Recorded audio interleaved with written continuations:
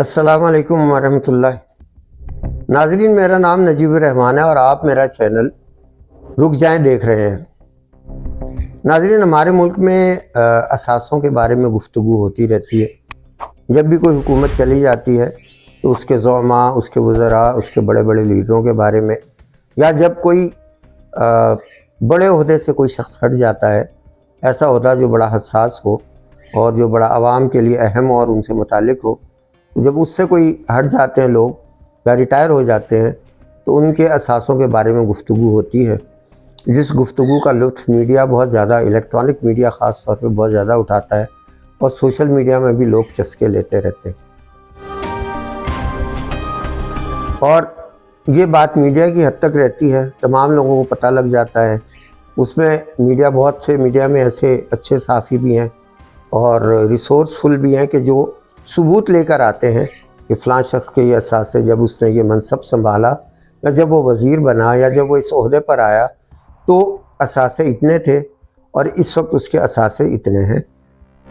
5 سال بعد، 3 سال بعد جب بھی وہ حکومت سے اترا تو اثاثے اس قدر بڑھ گئے، اور وہ ثبوت لے کر آتے ہیں۔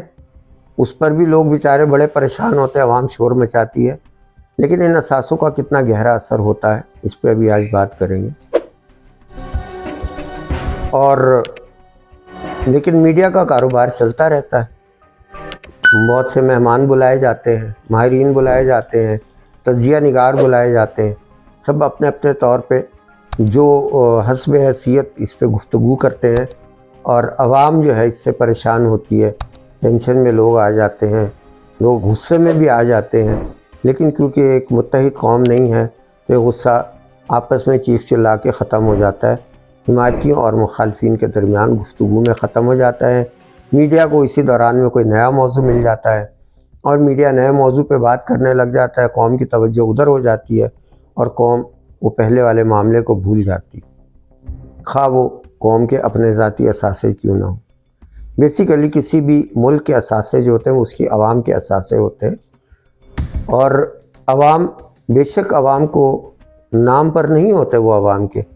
لیکن کیونکہ حکومت عوام کے ووٹوں سے آتی ہے تو حکومت کے تمام اثاثے کی اصل مالک عوام ہوتی ہے۔ اثاثے بیسیکلی ہے کیا؟ کسی بھی شخص یا گروہ یا ادارے، ان کے کلی طور پر ان کی جو مالی حیثیت ہے، خواہ اس میں ان کا بینک بیلنس ہو، خواہ اس میں ان کی پراپرٹیز ہوں، خواہ اس میں ان کے بڑے کاروبار ہوں، یہ سب مل جل کر جو عدد بناتے ہیں، جو فگر بناتے ہیں، وہ اجتماعی طور پہ اثاثہ کہلاتا ہے۔ اب یہ اثاثہ جو عوام کو ہونا چاہیے، جب لوگوں میں منتقل ہو جاتا ہے، خاص طور پہ پاکستان کے تناظر میں ہم دیکھیں گے تو کیا ہوتا ہے۔ جناب، پاکستان کے تناظر میں اگر دیکھیں تو پاکستان نے اپنے جو اثاثے بنائے، جب بنائے اور پھر لٹ گئے، پھر بنے پھر لٹ گئے، ان کا انحصار کس چیز پہ رہا؟ ایوب خان کے دور سے لے کے آج تک۔ ایوب خان کے دور میں ابتدا ہوئی تھی امریکہ سے قرضے لینے کی، اس کے بعد IMF، ورلڈ بینک اور مختلف ممالک سے ہم نے قرضے لینے شروع کر دیے، اور ہم لیتے رہے قرضے، ہر آنے والی حکومت نے مزید قرضے لیے۔ اب اور ان قرضوں میں سے عوام کی فلاح میں کتنے استعمال ہوئے، کتنے ضائع کر دیے گئے اور کتنے کھا لیے گئے، یہ بہت بڑی بڑی فگرز ہیں۔ یہ کوئی محقق اس کے بارے میں بتا سکتا ہے، لیکن یہ بات آپ بھی جانتے ہیں، میں بھی جانتا ہوں، نہ سارا لگا ہے اور نہ عوام کی غربت گئی ہے آج تک، بلکہ مزید لوگ غربت کی سطح سے نیچے زندگی گزارنے لگ گئے، جبکہ دنیا کا ہر ملک جو ہے وہ ترقی کرتا گیا، لیکن پاکستان تنزلی کی طرف جاتا رہا۔ ایوب خان کے دور میں 5 ڈیم بنے تھے اور اس کے بعد آج تک ایک ڈیم بھی مکمل نہیں ہوا۔ یہ بہت ہمارے لیے دکھ کی بات ہے، کیونکہ یہی عوام کے اثاثے ہیں کہ جو عوام کے لیے ریونیو بھی جنریٹ کرتے ہیں، عوام کو روزگار بھی مہیا کرتے ہیں، عوام کے جو انرجی کرائسس ہے، جو بجلی کا بحران ہے، اس کو بھی کور کرتے ہیں۔ مگر ڈیمز کے بارے میں سے بات کرو، یہ بھی اثاثوں میں سے ایک اثاثہ ہے۔ مگر ان کو مزید نہیں بڑھایا گیا۔ تو آخر پھر اس قدر ہم جو قرض لیتے رہے آئی ایم ایف سے، ورلڈ بینک سے اور دیگر اداروں سے، اور ہم امداد لیتے رہے، امداد کے نام پہ امداد پہ بھی سود ہوتا ہے، یاد رکھیے گا، دینا پڑتا ہے۔ تو یہ پیسے کہاں جاتے رہے، اور اگر لگے تو کہاں لگے؟ یہ لگے ایسی چیزوں پہ جس کو ترقیاتی پروگرام کہتے ہیں۔ یہ ترقیاتی پروگرام جو پاکستان میں ہوتا رہا نا، اس ترقیاتی پروگرام سے قومیں نہیں بنتی، اس سے ملک کی معیشت ترقی نہیں کرتی۔ ہمارے ترقیات پروگرام میں مجھے یاد ہے کہ کیونکہ کراچی میں اس طرح سے نہیں ہوتا، میں پنجاب کے کچھ علاقوں میں رہا ہوں، تو وہاں پر ترقیاتی کاموں کے نام پر سڑکیں، اینٹوں سے سڑکیں بنائی جاتی ہیں، اس کے علاوہ نالیاں بنائی جاتی ہیں، پکی سڑکیں بھی بنتی ہیں، فٹ پاتھ بنتے ہیں، اس کے علاوہ موٹر وے بھی بنائی گئی بیرونی امداد سے، اس کے علاوہ ایسا بسوں کا اس طرح کا نظام چلایا گیا کہ جو حکومت کو اس سے کروڑوں روپے ہر مہینے اپنی جیب سے بھرنا پڑتا ہے عوام کی سہولت کے نام پہ۔ پل بنائے گئے۔ ایک بات یاد رکھیے، قومیں پلوں اور سڑکوں سے نہیں بنتی، قومیں کردار سے بنتی ہیں، لیکن یہ سارے اثاثے ایسے لوگوں کے ہاتھ میں ہیں جو با کردار نہیں تھے۔ کچھ ہوں گے ایماندار،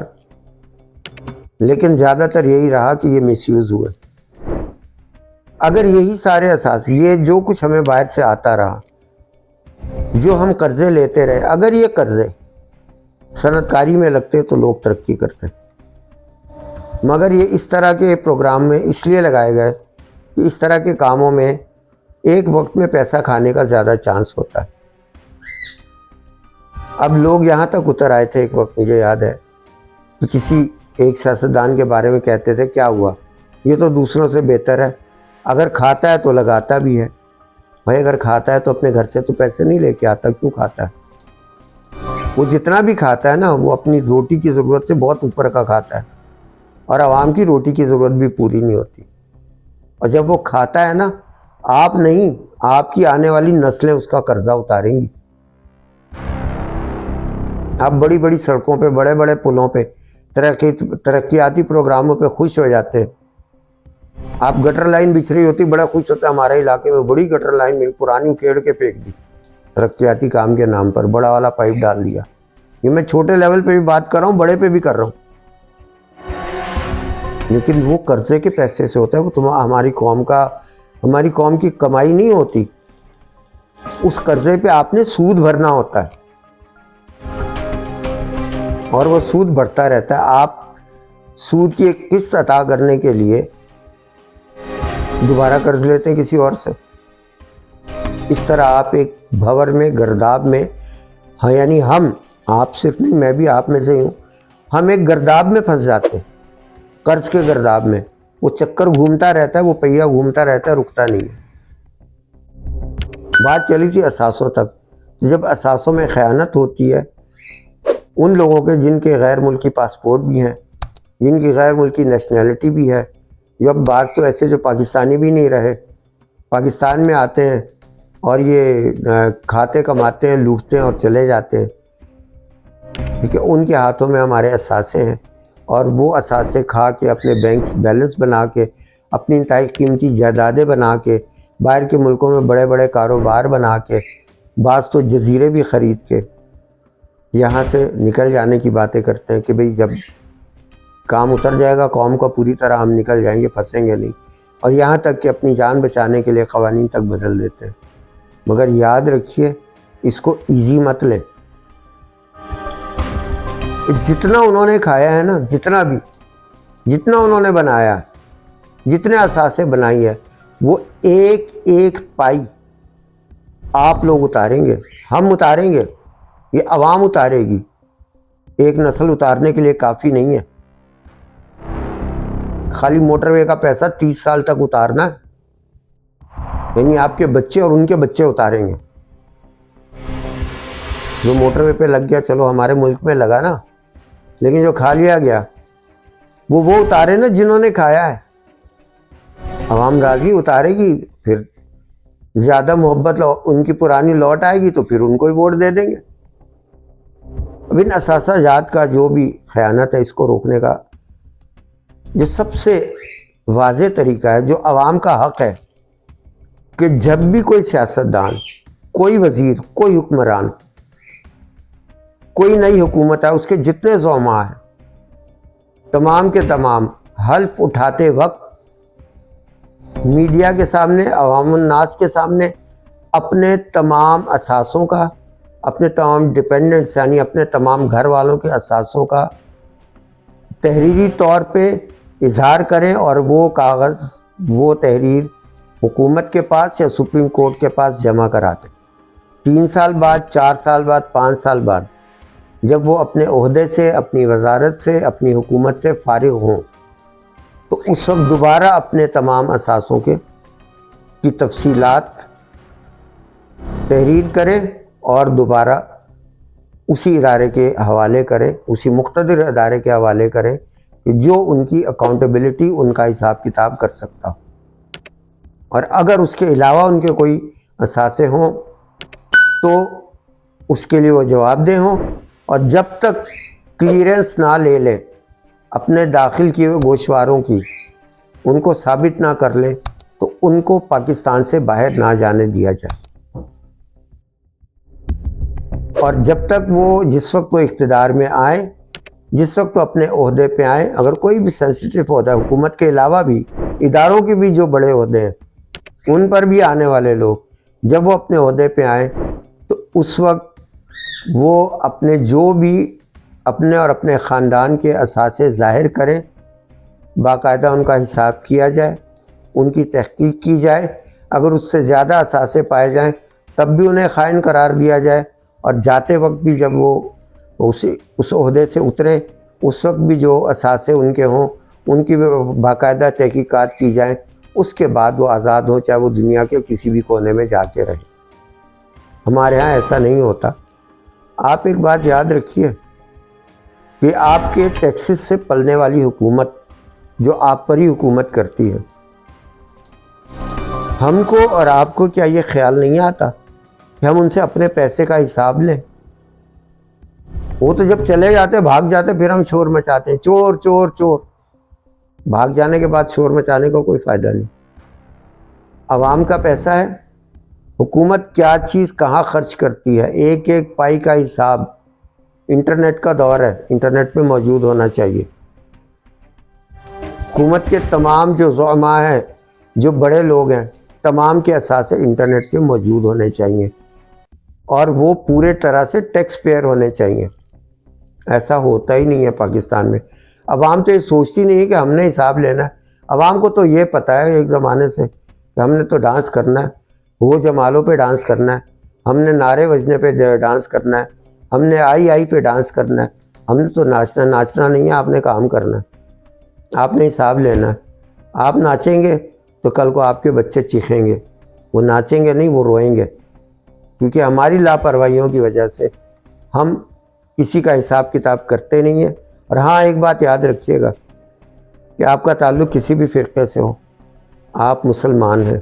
اس لیے آپ کا متحد رہنا ضروری ہے۔ آپ کا تعلق کسی بھی جماعت سے ہو، کسی بھی سیاسی پارٹی سے ہو، آپ عوام ہیں، اور عوام کا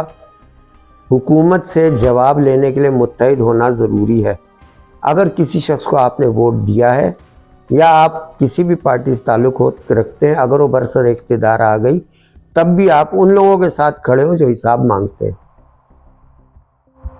اپنی پسندیدہ پارٹی، اپنے پسندیدہ لیڈر سے بھی حساب مانگیں، آپ نواز شریف سے بھی حساب مانگیں، آپ عمران خان سے بھی حساب مانگیں، آپ کسی بھی بڑی، چاہے وہ وردی والا ہو یا بغیر وردی والا ہو، اس سے بھی حساب مانگیں۔ آپ ٹیکس ادا کرتے ہیں،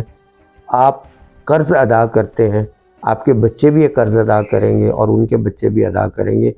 آپ کا استحقاق ہے، آپ کا حق ہے، لیکن یہ صرف اس صورت میں ہوگا جب آپ لوگ ایک دوسرے سے محبت کریں گے، متحد ہوں گے، اور ایک دوسرے کے ساتھ سیاسی، مذہبی یا فرقہ وارانہ بنیادوں پہ لڑنا جھگڑنا اور نفرت کرنا بند کر دیں گے۔ ہم پاکستانی ہیں، ہم مسلمان ہیں، ہم ایک ہیں۔ پاکستان پائندہ باد۔ اگر آپ کو میرا چینل پسند آیا ہے، میری باتیں پسند آئی ہیں، تو آپ اس چینل کو ضرور سبسکرائب کریں، آپ لائک کریں اور کمنٹس میں اپنی رائے کا اظہار ضرور کریں۔ پاکستان پائندہ باد۔ اللہ حافظ۔